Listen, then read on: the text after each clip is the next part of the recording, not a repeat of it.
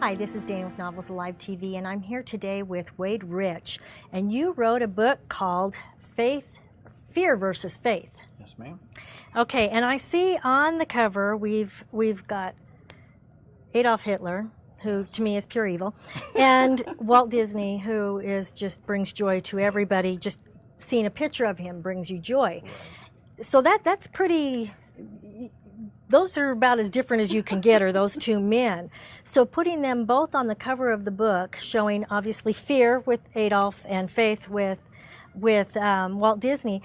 Tell me what prompted you to write this book, and what is it about?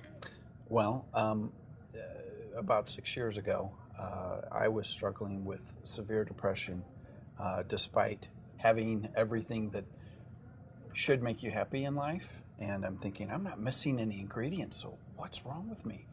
To the point where I was considering not living anymore. And after that, I began analyzing my life and what's going on in my head. It became a very personal and private journey, and it was a very scary one because I had to leave teachings that I held on to as my foundation. We all want to get it in life. We want to have it figured out. You know, oh, finally got it all figured out. And there was a part of me that thought I did. I think there's a part of everyone thinks they do, you know, at one point, or hopes. But I realized I had something really wrong going on, or at least hoped that was the case. So I left my previous beliefs and just kind of dumped them all on the floor and picked them up one by one. What I found was an understanding of what was going on inside my head, that the power of belief can work in two ways. We all know the power of faith is when you believe something, you can create it. What I didn't realize is that fear is faith going in the wrong direction. What we fear, we create. But it's so subtle how it works in your head that you don't tell the difference between fear and faith. You just go, I believe this and I believe this, not knowing one is destructive and one is the truth. And so I define the two as fear is acting based on falsehood, and faith is acting in truth. And so determining those became my way of doing that was testing them in my heart. If something felt wrong, then that was my heart saying, this is wrong. You may not understand why, because rarely do we have all the facts about the situation. Certainly. Who we're going to marry, what car to buy, you just don't know. Right. And so those decisions are made by the heart, but then determining the difference between those two feelings clarifies truth from fear, and being able to act in spite of fear is everything. So between these two men, it was kind of accidental that I put them in the book. I started writing as my own therapy, and as I showed other people, it had the same effect on them as it did me. And I began studying Hitler and Disney based on these principles that I was finding and putting them to the test. Because Hitler was evil in my mind. He was, you know, this is pretty clear. I think, you know, everyone. Cut and dry, he's evil. No discussion. But as I researched him, I found something that was freeing, consoling, and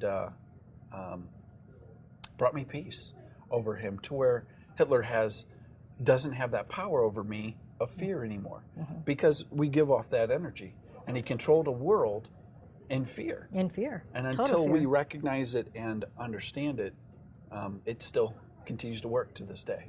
Well, and you were saying that even though, as far as I'm concerned, these two men couldn't be any more different, you actually found that there were several parallels between the two men, where one chose to rule men with an iron fist, and one chose to bring joy.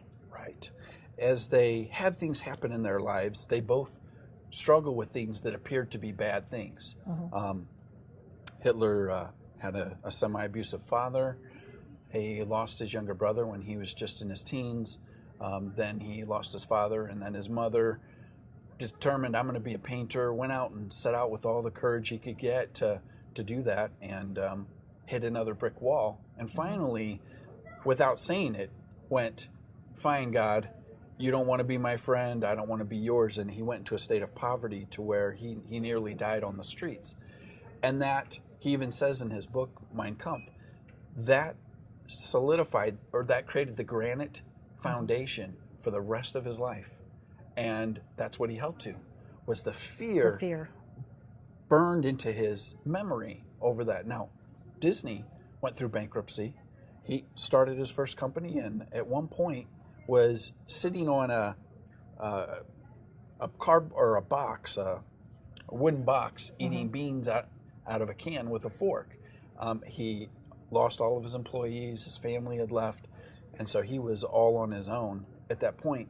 But he looked at it differently, and instead of, this is who I am, he kept going, no, this is not who I am. I see a different picture of myself, and kept rising above it until his faith, which is essentially love, wrapped the world in it. And in a time when World War II is happening, you have these two men, one is sending out fear and the other one giving us a place of love.